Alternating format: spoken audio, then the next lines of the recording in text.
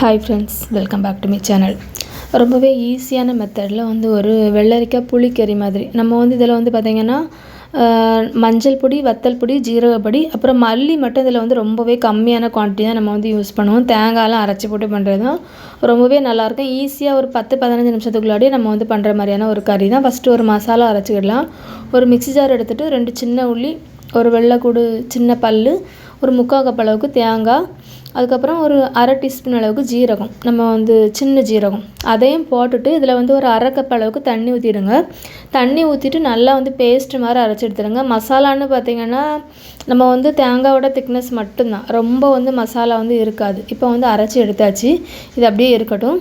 இன்றைக்கி வந்து வெள்ளரிக்காய் வச்சு பண்ணுறதுனால இந்த சைஸுக்கு வெள்ளரிக்காய் நான் எடுத்து ஃபஸ்ட்டே வந்து கட் பண்ணி போட்டுட்டு நான் வந்து வேக வச்சு எடுத்து வச்சுருக்கேன். ஓரளவுக்கு பெரிய சைஸாகவே கட் பண்ணிடுங்க. கட் பண்ணிட்டு அது மூழ்கிற அளவுக்கு தண்ணி ஊற்றிட்டு ஒரு 7-8 நிமிஷத்துலேயே அது வந்து வெந்துடும். வெந்துட்டான்னு பார்க்குறதுக்கு பார்த்திங்கன்னா இந்த மாதிரி கத்தி வச்சு நம்ம வந்து லைட்டாக வந்து குத்தி பார்த்தா அது உள்ளாடி இறங்கும், இந்த மாதிரி இருக்கும். இப்போ அது வந்து ரெடி ஆகிட்டு நம்ம வந்து ஃபஸ்ட்டு மசாலா எல்லாமே இதிலே வந்து போட்டுட்டு அதுக்கப்புறம் நம்ம வந்து அடுப்பில் வந்து எடுத்து வச்சிடலாம். ஃபஸ்ட்டு ஒரு 1/2 டீஸ்பூன் அளவுக்கு மஞ்சள் பொடி, ஒரு டேபிள் ஸ்பூன் அளவுக்கு வத்தல் பொடி. வத்தல் பொடியோட காரம் உங்களுக்கு ஏற்ற மாதிரி வந்து யூஸ் பண்ணிவிடுங்க.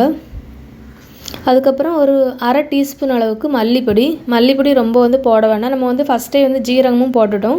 இப்போ இதில் வந்து ஒரு சின்ன லெமன் சைஸ் அளவுக்கு புளியை வந்து கரைச்சிட்டு அதையும் இதில் வந்து ஊற்றிடுங்க. அப்புறம் நம்ம அரைச்சி வச்சுருந்த தேங்காய், அது கூடவும் நான் வந்து பார்த்திங்கன்னா 1 கப் அளவுக்கு தண்ணி ஊற்றிருக்கேன். இது வந்து கொஞ்சம் தண்ணியாக தான் இருக்கும், அப்போ தான் டேஸ்ட்டும் நல்லாயிருக்கும். இப்போ வந்து உப்பு போட்டுக்கிடலாம். உப்பு போட்டுட்டு நல்லா வந்து மிக்ஸ் பண்ணிடுங்க. மிக்ஸ் பண்ணதுக்கு அப்புறம் தான் நம்ம இதை வந்து அடுப்பில் வந்து எடுத்து வைக்க போகிறோம். அதே மாதிரி பார்த்திங்கன்னா இந்த கறி வந்து நம்ம வந்து ரொம்ப நேரம் வந்து அடுப்பில் போட்டு கொதிக்க வைக்கணும் அந்த மாதிரிலாம் இல்லை.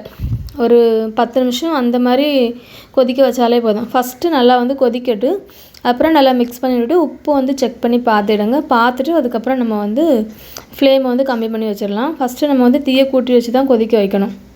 இப்போ வந்து நல்லா வந்து கொதிச்சுட்டு இது ஓரளவுக்கு வந்து ரெடி ஆகிட்டு நம்ம வந்து ஆஃப் பண்ணி இதை வந்து எடுத்துடலாம். இதுக்கப்புறம் லாஸ்ட்டாக பார்த்திங்கன்னா தாளித்து ஊற்றணும். அந்த தாளித்து ஊற்றுறதுல தான் ரொம்பவே ஃப்ளேவராக இருக்கும். நம்ம வந்து ஃபஸ்ட்டே இதுக்கு வந்து எண்ணெய் ஊற்றி தாளிக்கலாம் கூடாது, இந்த மாதிரி தான் பண்ணணும். இப்போ அதுக்கு பார்த்திங்கன்னா நான் வந்து தேங்காய் எண்ணெய் தான் எடுத்துருக்கேன். ஒரு 1/2 டேபிள் ஸ்பூன் அளவுக்கு தேங்காய் எண்ணெய். எண்ணெய் சூடானதுக்கப்புறம் கொஞ்சமாக கடுகு, ஒரு 1/2 டீஸ்பூன் அளவுக்கு உளுந்து போட்டு நல்லா வந்து மணக்கிற அளவுக்கு வறுபடணும். அதுக்கப்புறம் 2 வத்தல். அடுப்பை ஆஃப் பண்ணிவிட்டு லாஸ்ட்டாக வந்து கருவேப்பிலை போட்டுவிடுங்க. கருவேப்பிலையும் போட்டு இதில் வந்து எடுத்து நம்ம வந்து ஊற்றிடலாம். ரொம்ப சிம்பிளான மெத்தடில் பண்ணுற மாதிரியான ஒரு கறி தான். நீங்கள் இதில் வந்து வெள்ளரிக்காய்க்கு பதிலாக வாழைத்தண்டு கூட போட்டு பண்ணலாம், அதுவும் ரொம்பவே நல்லாயிருக்கும். இப்போ வந்து ரெடி ஆகிட்டு இந்த வீடியோ உங்களுக்கு பிடிச்சிருந்துச்சுன்னா லைக் பண்ணுங்கள், ஷேர் பண்ணுங்கள், கமெண்ட் பண்ணுங்கள், சப்ஸ்கிரைப் பண்ணுங்கள்.